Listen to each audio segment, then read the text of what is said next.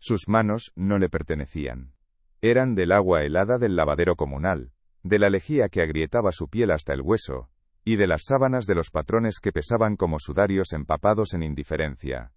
Lucía existía en aquel rincón del mundo, San Pedro de las Piedras, como una herramienta más, un cuerpo anónimo arrodillado junto a la corriente que arrastraba la suciedad ajena. Los hombres pasaban sin verla, sus miradas resbalando sobre su rebozo gastado como si fuera parte del paisaje de polvo y miseria.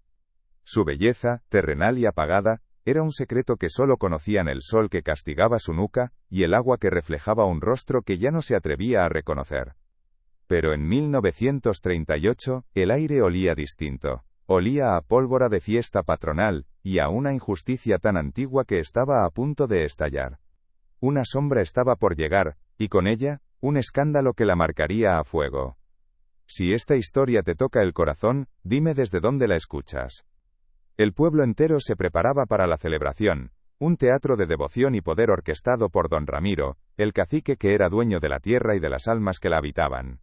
Para Lucía, la fiesta solo significaba más trabajo, los manteles de hilo de la hacienda, los vestidos de las señoritas, las camisas almidonadas de los hombres importantes.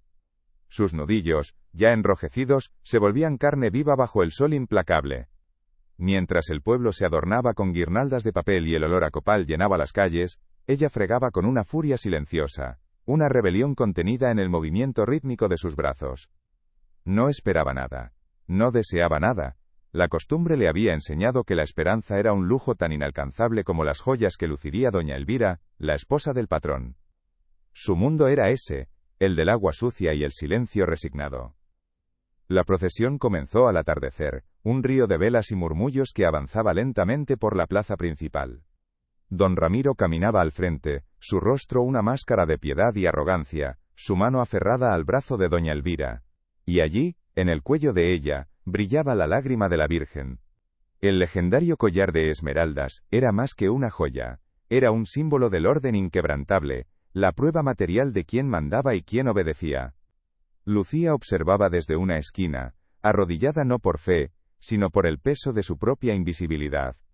El brillo verde de las piedras preciosas era un insulto a la aridez de su vida, un destello de un mundo que la había excluido desde el día en que nació. Sus ojos, acostumbrados a la penumbra, se fijaron en la joya con una mezcla de fascinación y un dolor sordo, ancestral. Fue entonces cuando el caos se desató.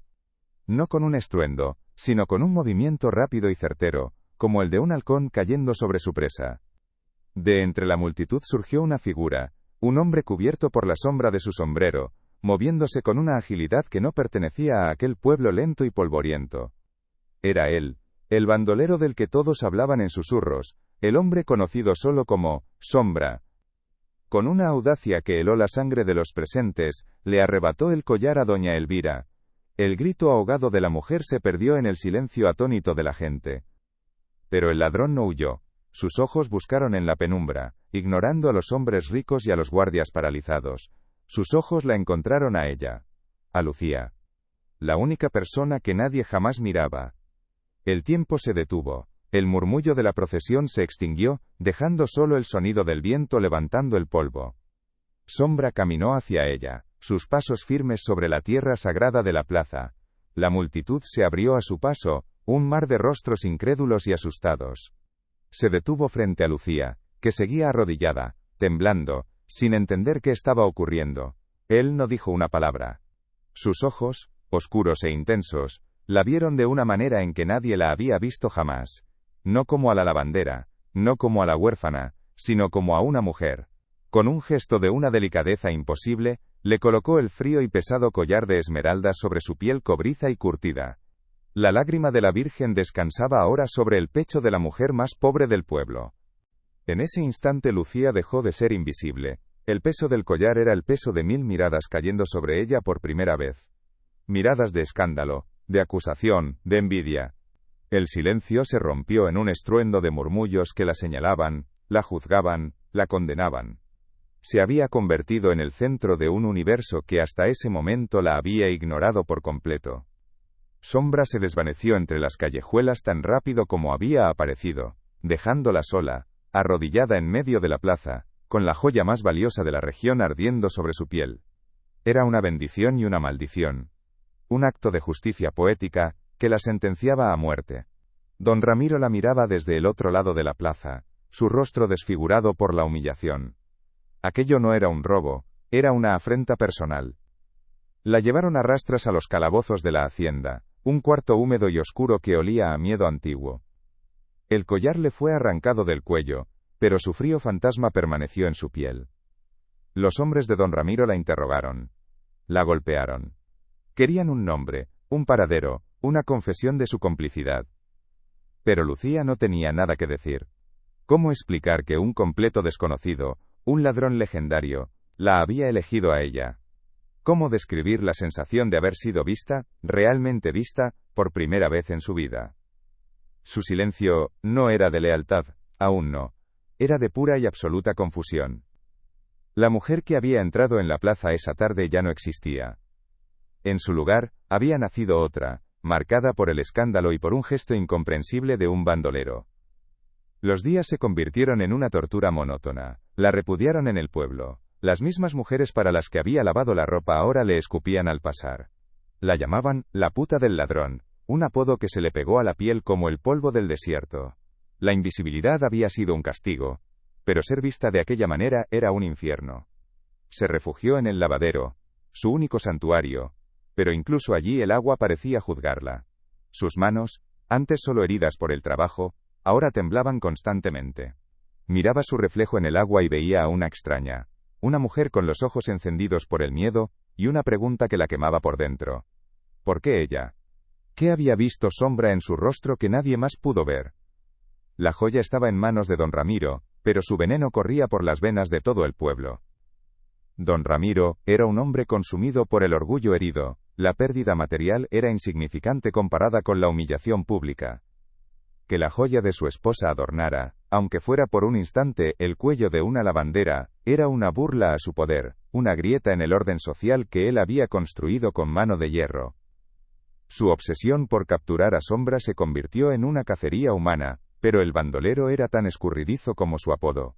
Frustrado, el cacique centró toda su furia en el único eslabón que tenía, Lucía. La liberó del calabozo, pero solo para someterla a una prisión más grande, la del escrutinio y el acoso constante de sus secuaces.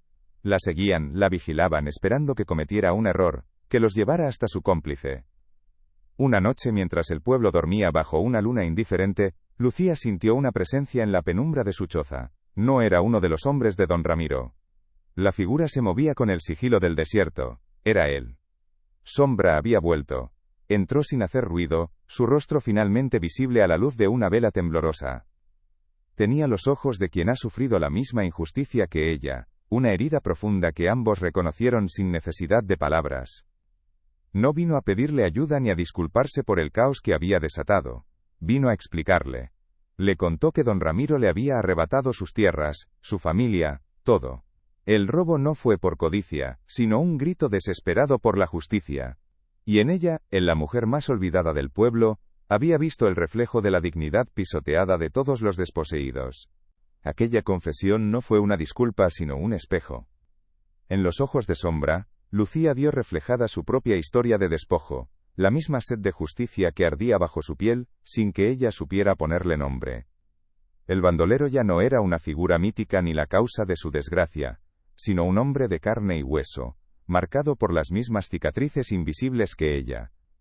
El miedo que la había paralizado durante días se transformó en una extraña calma, una empatía profunda y peligrosa. Lentamente, como quien toca una herida sagrada, alzó su mano temblorosa y rozó la mejilla de él, sintiendo la aspereza de la piel curtida por el sol y el frío de la noche. La llama de la vela danzó, proyectando sus sombras unidas en la pared de adobe, dos almas rotas encontrando consuelo en la oscuridad compartida de una choza olvidada. A partir de esa noche, el desierto se convirtió en su catedral. Se encontraban en secreto, lejos de los oídos y los ojos del pueblo, en calas rocosas que solo él conocía. El paisaje árido, que siempre había sido un símbolo de su vacío, se llenó de un nuevo significado. Bajo un manto de estrellas que parecían al alcance de la mano, compartían el pan duro y el agua fresca de un odre. Él le enseñó los nombres de las constelaciones, el lenguaje del viento entre los cactus, los secretos para sobrevivir donde nada parecía poder florecer. Ella, a cambio, le ofreció sus silencios, que él aprendió a leer como si fueran un libro abierto. No hablaban de amor, pues la palabra era demasiado pequeña para lo que estaban haciendo entre ellos, una lealtad forjada en el fuego de la injusticia y la ternura de saberse vistos. El cambio en Lucía fue sutil pero innegable. Ya no caminaba con la cabeza gacha, esperando pasar desapercibida. Su espalda se había enderezado, como si un peso invisible se le hubiera quitado de los hombros. Su mirada, antes perdida en el suelo polvoriento, ahora se enfrentaba al mundo con una nueva y tranquila firmeza. Las otras lavanderas, que antes la ignoraban o la compadecían, ahora la observaban con una mezcla de recelo y una nueva clase de temor. Sus insultos, aunque más crueles, rebotaban contra el muro de su nueva dignidad. Ella ya no respondía. Su rebozo gastado, que antes usaba para ocultar sus lágrimas, ahora lo llevaba con un orgullo silencioso, como el estandarte de una batalla que solo ella y un hombre en el desierto comprendían. Su silencio ya no era sumisión, era poder. La transformación de su presa no pasó desapercibida para don Ramiro. Sus espías le informaron de la nueva altivez de la lavandera, de la chispa de desafío en sus ojos. El cacique, un hombre acostumbrado a quebrar voluntades, sintió que ella se le escapaba de las manos. La rabia, alimentada por la humillación pública y la incapacidad de encontrar a sombra, se concentró por completo en ella. Decidió apretar la soga. Ordenó que nadie en el pueblo le diera trabajo, que nadie le vendiera comida. La condenó al hambre, creyendo que el estómago vacío la obligaría a traicionar. El pueblo, por miedo o por una lealtad cobarde, obedeció. Lucía se encontró completamente aislada, una paria en su propia tierra, una prisionera en una celda sin barrotes, cuyo único horizonte era la crueldad de su verdugo. Una noche el hambre se hizo insoportable. Los calambres en su vientre eran un recordatorio constante de su abandono. Su pequeña choza había sido apedreada, las ventanas rotas, un mensaje claro de que su presencia ya no era tolerada.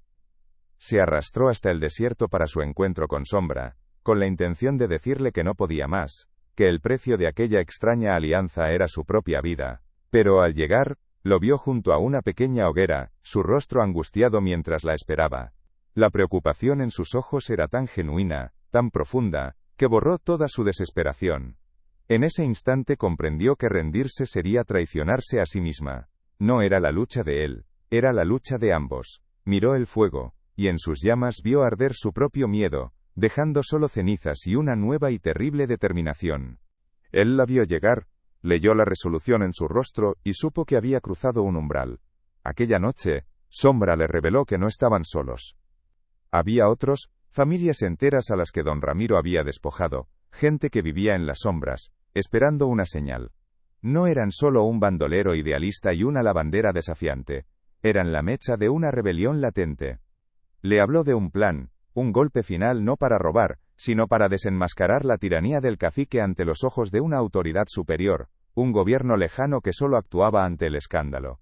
Lucía escuchaba, su corazón latiendo con una mezcla de terror y exaltación. Su conocimiento íntimo de la hacienda, de los horarios de los guardias, de las debilidades de sus enemigos, se convirtió de repente en un arma. Dejó de ser una víctima para convertirse en estratega. La tensión en San Pedro de las Piedras se podía cortar con un cuchillo. Se acercaba el Día de los Muertos, una fecha de profunda carga simbólica, el día elegido para su acto final. Don Ramiro, más arrogante que nunca, preparaba una gran celebración en la plaza. Un alarde de poder para reafirmar su control, tras la humillación sufrida. Lucía se movía por el pueblo como una aparición, su rostro una máscara impasible que ocultaba el torbellino de su interior. Cada paso que daba, cada mirada que sostenía, era parte de un plan meticuloso. Sus manos, que habían conocido la lejía y el agua sucia, ahora se movían con una precisión callada, preparando los detalles de la insurrección. Ya no era la mujer que amaba a un fugitivo, era la encarnación de una venganza colectiva. El día llegó, el plan se torció. Antes de que pudieran actuar, los hombres de don Ramiro la capturaron. La arrastraron hasta el centro de la plaza, abarrotada de gente para la celebración. La ataron a un poste. El cacique, con una sonrisa triunfante, anunció que sería azotada hasta que confesara el paradero de Sombra. El silencio de la multitud era un grito de complicidad. Cuando el verdugo alzó el látigo, una figura apareció en un tejado. Era Sombra, desarmado, ofreciendo su vida por la de ella. Pero Lucía actuó primero. Con un movimiento brusco, se arrancó un pequeño bulto cosido en su vestido. Era una esmeralda, la piedra central de la lágrima, que había logrado ocultar. Su voz, por primera vez, resonó en la plaza, clara y poderosa, acusando a don Ramiro no de robo, sino de tiranía. Y arrojó la joya a sus pies, un gesto de desprecio que valía más que todo el oro del mundo. El impacto de la esmeralda contra las losas de piedra fue el sonido de un hechizo rompiéndose. El acto de Lucía, su coraje desnudo, fue una chispa en la pólvora del descontento popular. Un murmullo recorrió a la multitud, luego un grito, y después otro. La fachada de poder de don Ramiro, construida sobre el miedo, se resquebrajó al instante. En el caos que siguió, Sombra saltó del tejado, abriéndose paso hasta ella. No escaparon como fugitivos derrotados, sino que fueron engullidos por una marea de gente que, por primera vez en años, se atrevía a levantarse. Se perdieron entre la multitud, dejando atrás a un tirano despojado de su aura, vencido no por un arma, sino por la voz de una mujer que había decidido dejar de ser invisible. A veces, todo lo que alguien necesita es una historia como esta. Si la sientes, compártela con quien la necesite. Lejos de allí, bajo un cielo que no conocían, Lucía y Sombra miraban el amanecer de un nuevo día. No poseían nada más que la ropa gastada que llevaban puesta, y la libertad que habían conquistado a un precio altísimo. El rebozo de ella ya no estaba, perdido en la revuelta, y su rostro, por primera vez, recibía el sol de frente, sin nada que lo ocultara. Sus manos, libres de la lejía y del miedo, sostenían con firmeza la mano de él. Había perdido su hogar, su pasado, la única vida que conocía, pero había ganado algo infinitamente más valioso.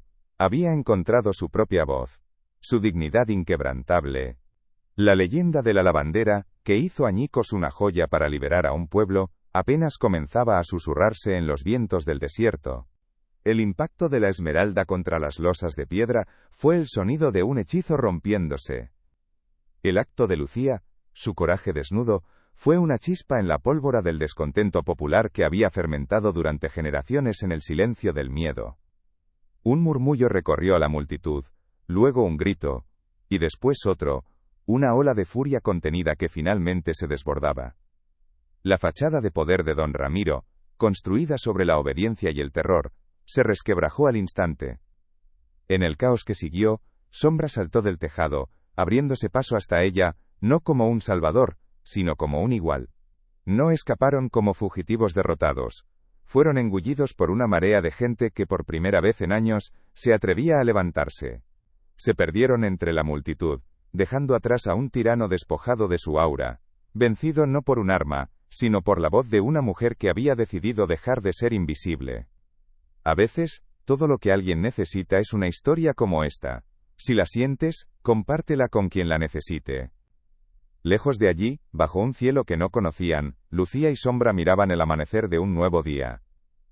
No poseían nada más que la ropa gastada que llevaban puesta y la libertad que habían conquistado a un precio altísimo.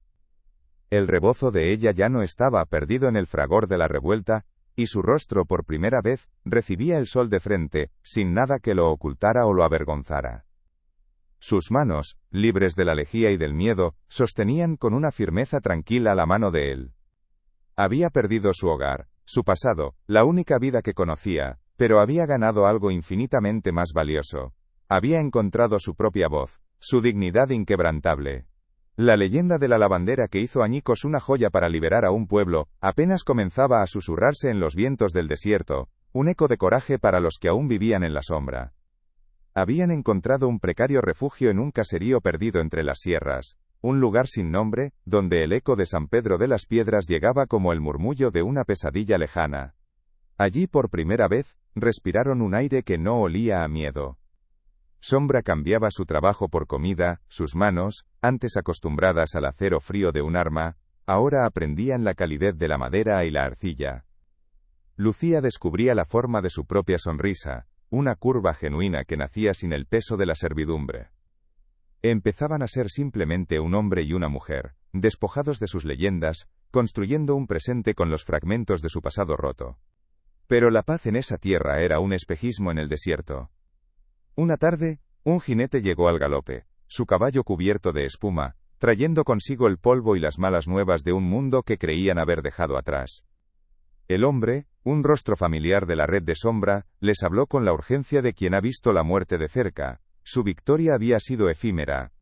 Don Ramiro había caído, sí, pero su hijo, un hombre forjado en el odio y con la astucia de una serpiente, había regresado con el respaldo de las tropas federales para reclamar su herencia de sangre. La rebelión fue ahogada en un baño de fuego y plomo.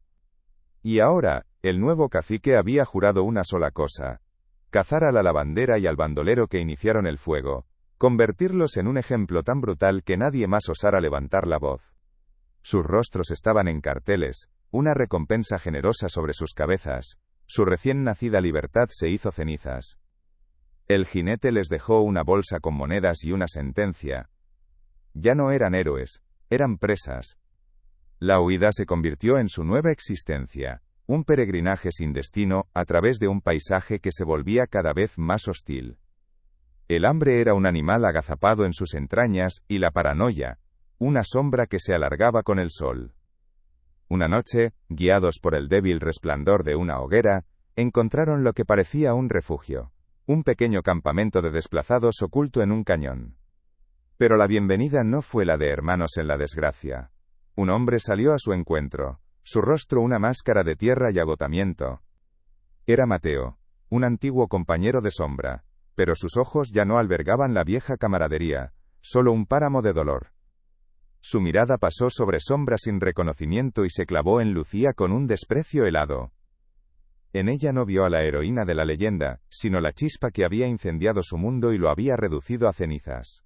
La voz de Mateo sonó como el crujido de la tierra seca, despojada de toda emoción salvo el rencor. Les dijo que su presencia traía la muerte, que su leyenda era una canción cantada sobre las tumbas de los suyos. No hubo un discurso, solo una letanía de nombres, los hombres y mujeres ahorcados en la plaza, las familias que lo habían perdido todo en la represalia. Culpó al gesto de Sombra, a su romántica rebelión, de haber despertado a una bestia que era mejor dejar dormida. Cada palabra era una piedra lanzada contra el frágil santuario que Lucía había construido en su interior. Sombra intentó hablar de libertad, de dignidad, pero Mateo lo silenció con una frase que resonó en el cañón como una sentencia: tu dignidad no alimenta a mis hijos huérfanos. La libertad de ellos estaba cimentada sobre la tragedia de otros. El peso de las palabras de Mateo se asentó entre ellos, una piedra fría y pesada en el centro de su silencio compartido. Se refugiaron en un barranco aún más profundo, un escondite que olía a tierra húmeda y a final.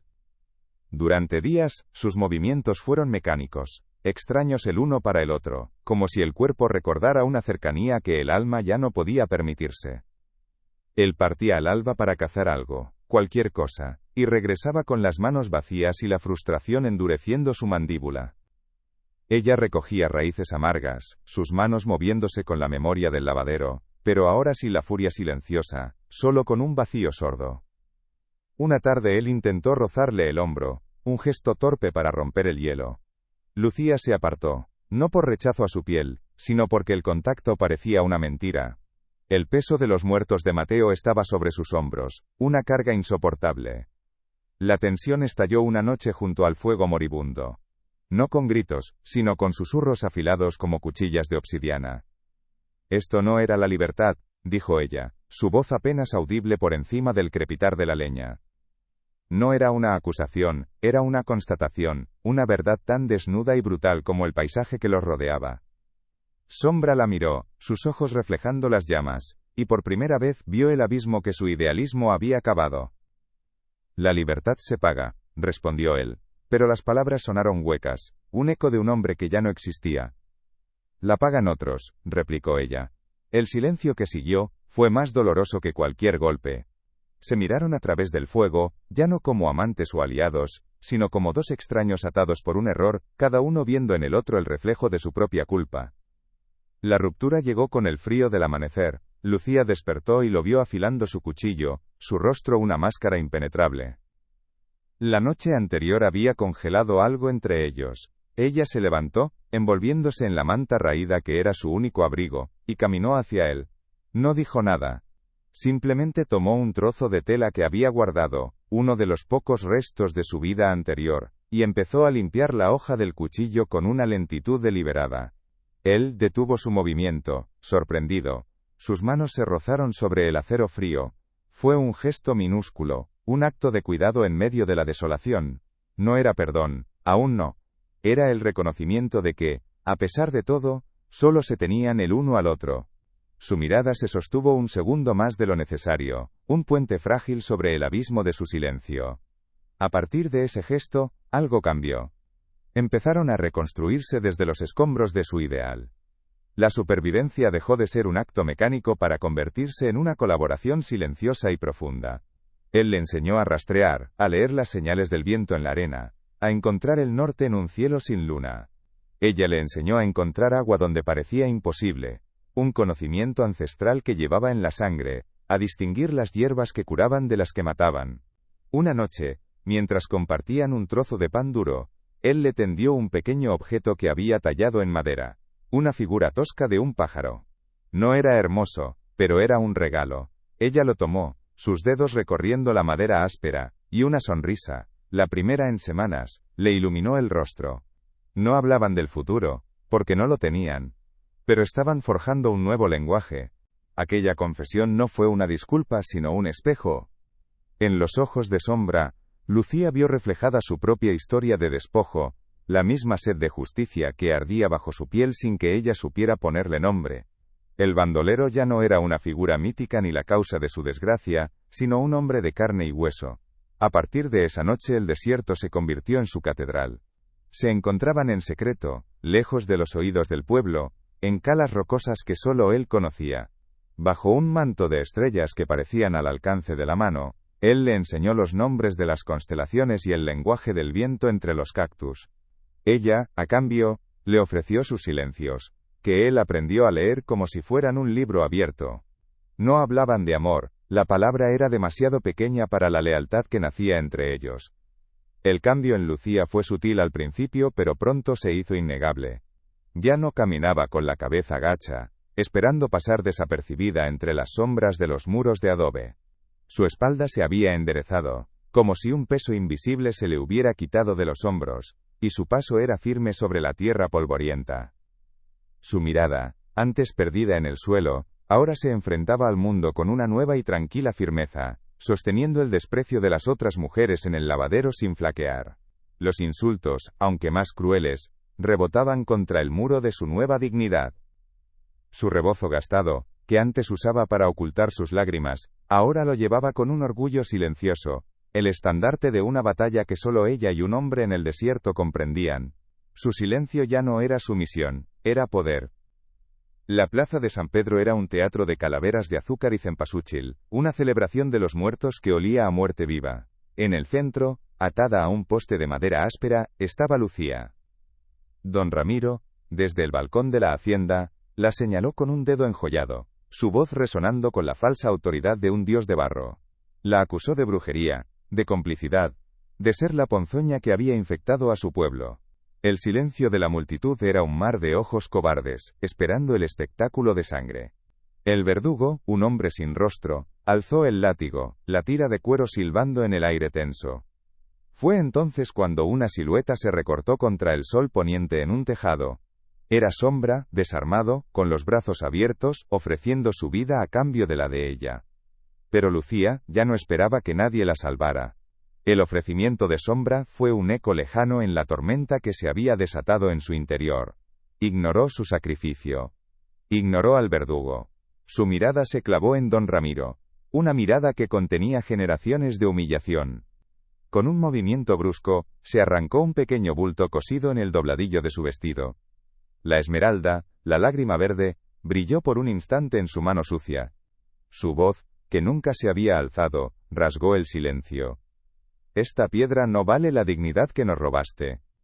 Y con una fuerza nacida de la rabia y la libertad, la arrojó contra las losas. El sonido del cristal precioso haciéndose añicos fue el único grito de la plaza. A veces, todo lo que alguien necesita, es una historia como esta. Si la sientes, compártela con quien la necesite.